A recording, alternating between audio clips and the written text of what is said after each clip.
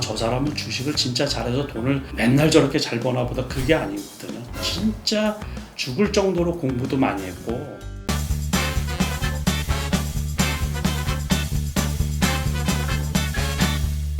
자, 그 다음 이제 2장을 보면 평생 부자로 사는 주식 투자. 제목이 너무 멋있네요. 평생 부자로 사는 주식 투자. 우리가 주식 투자하는 이유는 돈 벌려고, 부자가 그렇죠. 돼서 행복하게 살려고 하는 건데, 주식 투자로 평생 부자로 사는 주식 투자 방법을 알면 얼마나 좋겠습니까? 근데 이 2장 내용 중에 제가 이제 좀 설명을 듣고 싶은 부분은 우량주, 가치주, 성장주 이 세 가지 개념들이 이 2장에 녹아 있는데, 우리 구독자분들이 사실 제일 궁금해하는 그런 단어들이기도 해요. 가치주가 뭐지? 우량주가 가치주랑 똑같은 건가? 또는 성장주는 뭐지? 매일 이렇게 올라가고 회사가 성장하는 회사인가? 어떤 이 개념에 대해서 좀 하고 말씀해 주시죠. 일단 가치주 그러면 이제 가치 그러면 과거에 그렇죠. 한 5년 전까지만 해도 가치주 그랬어요. 네. 그냥 그 주식을 좀 하신다는 분들 또 말을 좀 하시는 분들 그러니까 강연하시는 분들이나 언론에 이제 기고하시는 인터뷰하시는 분들이 전부 다 가치주 그런 가치 투자라는 말이 대세였죠. 가치주, 그렇죠. 가치 투자 대세였죠. 근데 제가 그때도 의문을 가졌던 거거든요. 근데 그게 맞죠. 주식 투자가 가치주를 추구하는 게 맞는 거예요. 그죠? 그러면 가치주를 추구하는 이유는 이제 리스크 때문에 그런 거죠. 주식 투자가 위험하니까 PER이나 PBR이나 이런 게 낮은 거. 다시 말해서 회사가 1년 동안 열심히 일을 해서 돈을 벌어들였으면 그거를 이제 주식수로 이렇게 나눠보면은 퍼라는 게 나오잖아요. 그 PER이 낮으면 낮을수록 다시 말해서 저평가됐다고 우리가 얘기를 하는 거죠. 그런 기준으로 삼는 게 우리가 이제 가치주. 위험하지는 않다는 얘기죠. 그렇죠. 안전하다. 안전하다. 저퍼주, 저 PBR주를 사면 회사가 망하지도 않을 거고 안전하다. 그러니까 회사가 망하더라도 청산 가치보다 높으면 돌려받는 돈이 있으니까는 절대로 안전하다. 그 대신 이게 어떻게 보면 그거를 추구하다 보면 유보금만 많이 쌓여 있지 발전이 없다는 얘기죠. 투자할 때를 못 찾는다라는 얘기는 시대가 무진장 급변하잖아요. 맞습니다. 거기에 대응을 못하는 타이밍을 놓쳤다든가 그렇다는 얘기죠. 과거에는 돈을 많이 벌었는데 앞으로 많이 벌 수 있을까라는 거에 의문을 한 번씩 가져봐야 되지 않나. 이제 그렇게 생각을 해서 성장주라는 것은 이제 지금은 조금 어렵지만은 가장 대표적으로 쿠팡 생각하시면 돼요. 쿠팡. 우리나라는 이제 쿠팡식으로 상장된 기업이 별로 없어요. 그런 게 이제 테슬라식 상장 요건이라 그래가지고 테슬라도 미국에서 상장될 때 적자인 상태에서 상장이 된 거죠. 그거를 이제 한국 기업이 우리나라에서는 상장하기 어렵다고 생각이 드니까는 쿠팡 같은 게 이제 미국 상장을 택한 거고 거기서 대박을 친 거죠. 그런 식으로 지금 실적은 별로 없는데 성장 가능성이 높은 기업 그런 거를 우리가 성장주라고 일단 이렇게 이제 말을 붙여서 구분을 해놓는 건데 그 성장주는 대표적으로 이제 바이오나 IT 업종.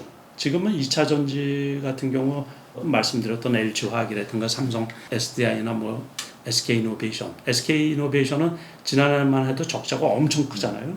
근데 이제 LG화학이나 삼성 SDI도 몇 년 전에는 다 적자였어요. 설비 투자 비용이 많이 들어가니까. 그런데 그런 것들이 주가가 높단 말이에요. 삼성 바이오로직도 마찬가지고. 몇 년 전에는 적자였잖아요. 그런데 사이즈가 크다 보니까는 영업이익이 남은 그냥 몇 천억씩 나게 이렇게 이제 설비가 다 끝나고 나서 지금도 뭐 투자를 계속해서 해야 되지만 그런 것들은 미래 가치가 반영이 되다 보니까는 앞으로 성장 가능성이 높다 보니까 주식 가격이 선반영이 되는 거죠. 그런 거를 우리가 일반적으로 성장주 이렇게 얘기를 하죠. 이 채널을 이제 보시는 분들도 다 일반 투자자인 분이 많이 보실 거란 말이에요. 그래서 저도 일반 투자자인 입장에서 이렇게 보면 가치주 성장주가 너무 얽매일 필요가 없다. 구분이 실익이 크진 않다. 네, 그렇죠. 그거를 굳이 뭐 꼭 이제 그런 거를 삼는 데는 어디냐면 자산운용사 같은데 주식을 편입을 시키잖아요. 포트폴리오를 만들 때 기준이 있어요. 그러니까 뭐 코스피 200 종목 또는 코스닥 150 종목 뭐 이런 식으로 그런 거면 투자를 하게끔 이렇게 만들어 놓는 그 기준이 제한시켜 놓는 거죠. 그렇죠. 아무거나 사면 안 돼. 아무거나. 소위 말하는 잡주를 뺀 그렇죠. 기준. 그러다 보니까 이제 PBR 뭐 영업이익 증가율이 얼마인 회사 이상을 포트폴리오로 편입을 시키자. 그 기준으로 그런 분들한테는 그게 반드시 필요하지만 일반 투자자분들한테는 굳이 그런 거를 따질 필요가 없고 아무리 우량주라고 하더라도 너무 고점에서 사가지고 물리면 그게 우량주가 아니죠. 자기한테 손해를 끼치고 그러면 이게 그 스트레스 받는 주식이 되죠. 주식은 나한테 수익 내야지 우량. 그렇죠. 지금 삼성전자만 해도 95,000원대까지 올라갔던 게 지금 81,000원까지 밀렸다가 며칠 계속 떨어졌다가 오늘 조금 올라갔잖아요. 그러니까 지금 9만 원 넘게 사신 분들이 있거든요. 그렇죠. 그분들 입장에서는 본전만 보면 팔고 주식 그렇죠. 그만해야지. 그러신 분들이 있어요. 그래서 우량주라고 무조건 사면 안 되고 그래서 공부가 필요한 거죠. 이제 기술적인 분석도 해야 되고 그 미국 주식도 똑같아요. 미국 주식, 우리나라 주식, 중국 주식 다 보면 그래프상 너무 뾰족하면 무조건 매도를 하는 거고 많이 떨어져 있어서 매물대가 이렇게 이제 바닥이 이렇게 형성되는 게 보이면 매수하고 고점 대비 어느 정도 회복됐으면 일단 팔아주고 거기에는 또 매물대가 있고 그래서 이제 공부가 필요한 거죠. 우량주 나한테 돈 벌어주는 회사. 네. 그리고 이제 가치주는 좀 과거 기준으로 실적이 많이 나서 뭐 저퍼주, 저PBR주 이런 일정한 이익성이 확보되어 있는 또는 안정성이 확보되어 있는 기업. 성장주는 뭐 쿠팡이나 테슬라를 생각하면 되듯이 현재의 이익은 크지 않지만 미래의 이익을 굉장히 인정받는 기업. 뭐 이 정도로 생각하면 될 것 같고요. 또 하나 이장 평생 부자로 사는 주식 투자에서 저는 이 제목을 보고 이게 뭘까 궁금했는데 제가 강의할 때도 많이 언급했던 책이었어요. 그 일본 책 중에 주식시장 흐름 읽는 거. 저도 아마 제 기억에 삼박자 투자법인가 책에 이거 언급을 했거든요. 근데 깜짝 놀랐습니다. 확실히 통하는 게 진짜 있어요. 이렇게 성공한 실전 투자자 분들은 우리가 왜 책을 많이 읽고 공부를 많이 해야 되냐면 분명히 팁이 되는 것들이 있거든요. 근데 저도 그 주식시장 흐름 읽는 법을 굉장히 감명 깊게 보고 정말 얇은 책이잖아요. 거기서 도움 많이 받았는데 여기 이게 증시 사개론하고서 써 있는데 저는 도움만 받았는데 우리 남석관 대표님은 더 업그레이드 시킬 건잖아요. 한번 설명 한번 해주시죠. 그거는 이제 원래 증시사기로는 주식시장 흐름 읽는 법 무라가미 군이요. 네네 맞습니다. 이분 이제 일본의 금융평론가라고도 할 수 있고 투자자분인데 원래 이분은 이제 지난해 같은 경우 금융장세, 그렇죠. 역금융장세, 실적장세, 지금 이제 실적장세죠.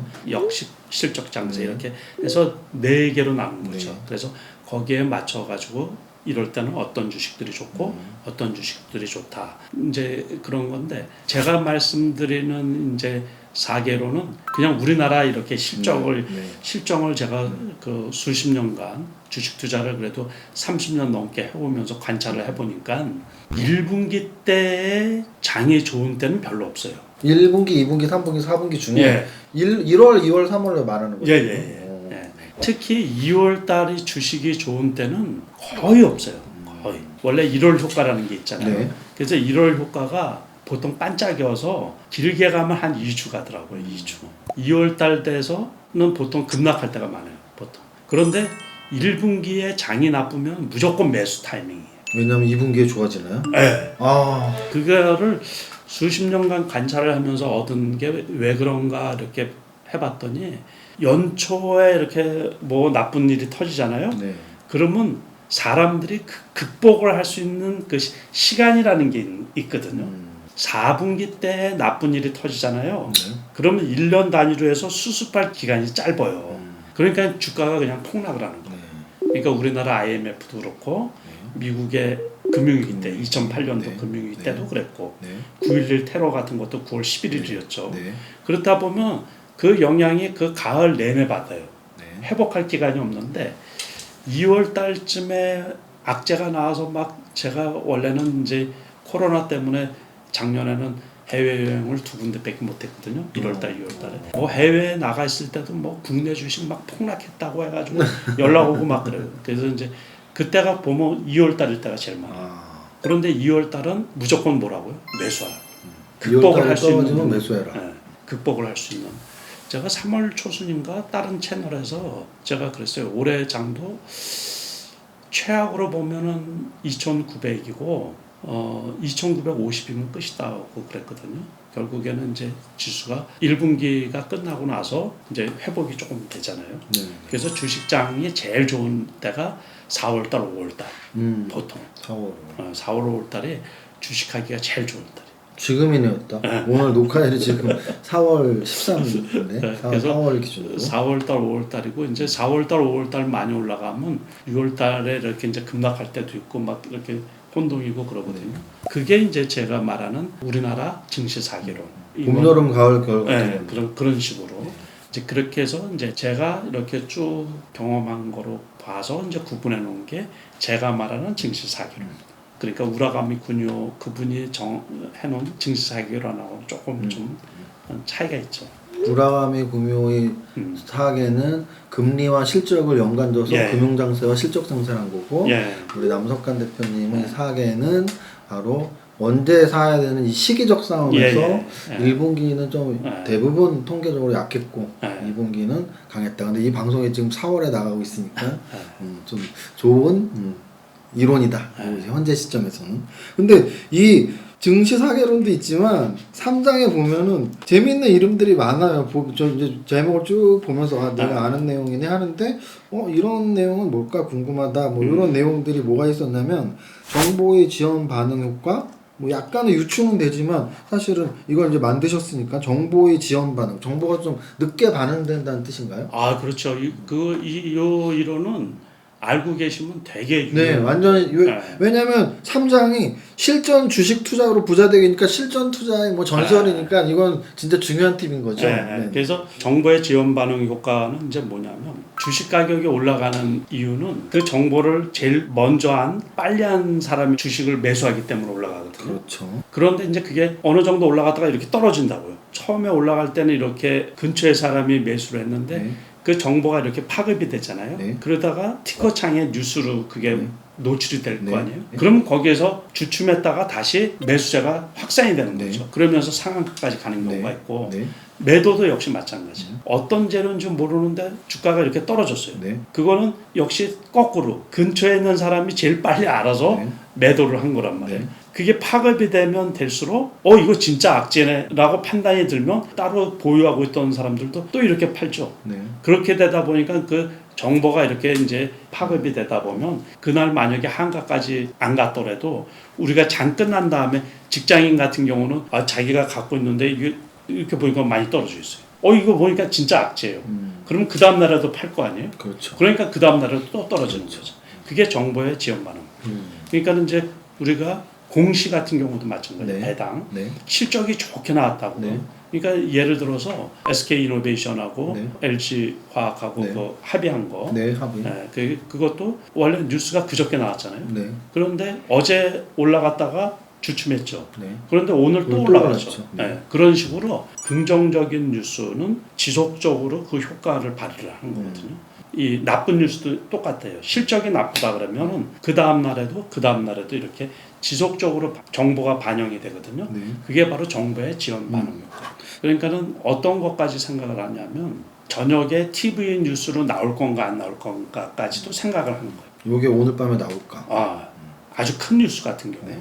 그러니까는 상한가일 때도 사는 경우가 과거에 많이 있었거든요. 그 대표적인 게 기생충 네. 영화. 네. 가로세 ENA하고 네. 일요일 날에 이제 방송이 됐던 그렇죠. 건데 뉴스가 나온 건데 그런 것도 이제 운 좋게 이제 제가 사가지고 뭐 하루 저녁 내내 그 도배가 되니까는 그 다음 날에도 겹상가가 왔었죠.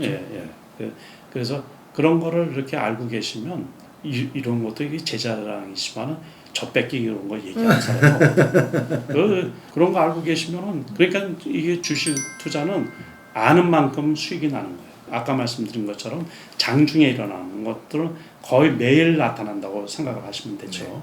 그래서 원칙 중에 하나가 급락하는 거는 받지 마라 그런 얘기예요. 저게 잘 보고 있었는데 10%딱 떨어져요. 이게 웬 떡인가 해가지고서 이렇게 받았다가 아주 그냥 더 떨어질 수가 있기 때문에 그런 것도 받으면 안 되는 거고 급등한 것은 확인을 하고서 추격 매수를 하든지 그랬든지 그래서 그런 거로도 정보의 지연 반응 효과. 정보의 지원 반응 효과 잘 들으셨죠? 네. 제가 듣기에는 실전 투자 팁에서 진짜 중요한 거고요. 팁을 좀 더 구체적으로 듣고서 바로 생각한 거 2개 말씀드리면, 첫 번째는 처음에 주가가 움직이거나 빠졌을 때 아무 재료가 없을 때가 있어요. 굉장히 자주 있습니다. 뭐 10%가 올랐는데 재료가 없거나 또 10% 떨어졌는데 재료가 없거나, 그랬을 때 아직 재료가 공개되진 않았지만 그렇죠. 누군가가 주변 사람이 팔았을 수 있으니까 재료 없이 이유 없이 오르거나 떨어진 것도 뭐 1, 2% 말고 한 10% 이상 재료 없이 오르거나 떨어진 것들은 주의 깊게 보시면 안 나왔던 재료가 나올 수도 그렇죠. 있고, 그러면 안 나왔던 재료가 나올 기미가 진짜 생겼을 땐 바로 매수 들어가면 되니까 이유 없이 올라오거나 떨어진 걸 반드시 주목해라. 그리고 두 번째는 뭐냐면, 공개된 재료도 그게 오늘 하루에 다 반영되는 게 아니다. 공개된 악재나 공개된 호재가 나왔을 때 이게 얼마나 길게 주가에 영향을 미칠지, 한 달짜리 재료인지 일주일짜리 재료인지 잘 판단을 해서 빨리 액션을 취해라. 갖고 있었으면 이거 오래가는 악재인데 그럼 빨리 팔던지, 또는 사고 싶은 종목인데 야 이거 진짜 큰 재료고 오래갈 재료인데 사던지, 뭐 이런 거를 정보의 지연 효과라고 해석하면 될 것 같습니다. 예. 설명도 잘하시네요. 야. 아니 워낙 좋은 이론이라서 제가 한 번 더 강조를 드리고 싶었어요. 너무 좋은 이론이라서. 아니 근데 원래 이런 이름을 붙이는 걸 좋아하시나 봐요. 왜냐면 이거 너무 기가 막히게 또 멋진 이름이 있는데, 라스트 찬스. 라스트 찬스 투자로는 또 이름이 너무 멋있습니다. 이건 정말 마지막 기회라는 뜻인데 마지막 기회를 잡아야 되는데 라스트 찬스 뭔가요?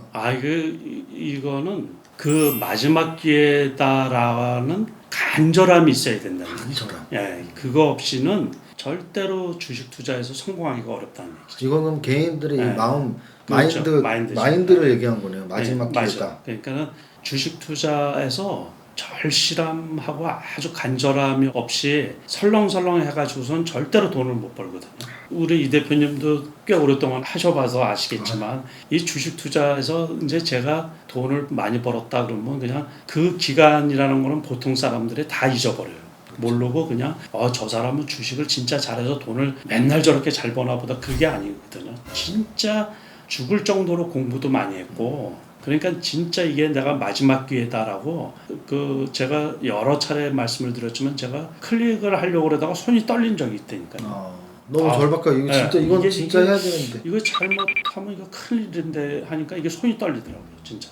저는 그 기억이 아주 생생해가지고 매번 매수를 할 때마다 이런 거 저런 거 살펴보고, 특히 뭐 직장생활 하시는 분이나 뭐 이제 전업으로 트레이딩 하시는 분이나 우리가 매번 긴장하고 그러기는 참 어려운 건데, 아주 이게 내 마지막 기회다라고 생각을 하시고 수익이 나면 감사해야 할 줄 알고 항상 최선을 다하는 그 자세가 필요하다. 그래가지고 제가 걷다 이름을 붙여놓은 거예요. 영화 제목 같아요. 라스트 찬스. 그래서 제 원칙 중에 하나가 계좌에 돈을 절대로 더 태우지 않는 거예요. 많은 지분을 갖고 있어서 슈퍼개미가 된 게 아니고 실전 투자 대회에서 조금씩 버는 게 모아다 보니까 큰 돈이 된 거고, 2번 기회가 없다고 생각을 해야 되거든요. 항상. 그래서 한 번 매수할 때 이게 마지막 기회다. 그러다 보면 이 시장에서 어떻게 하면 살아남을 수 있을까? 결국에 생존의 문제죠. 네. 오래 버티면 돈을 벌 수가 있어요. 결국에. 그러니까 단순하게 생각해서 일단은 돈 버는 것보다 이게 마지막 기회다. 내가 여기서 까먹으면 절대로 안 된다.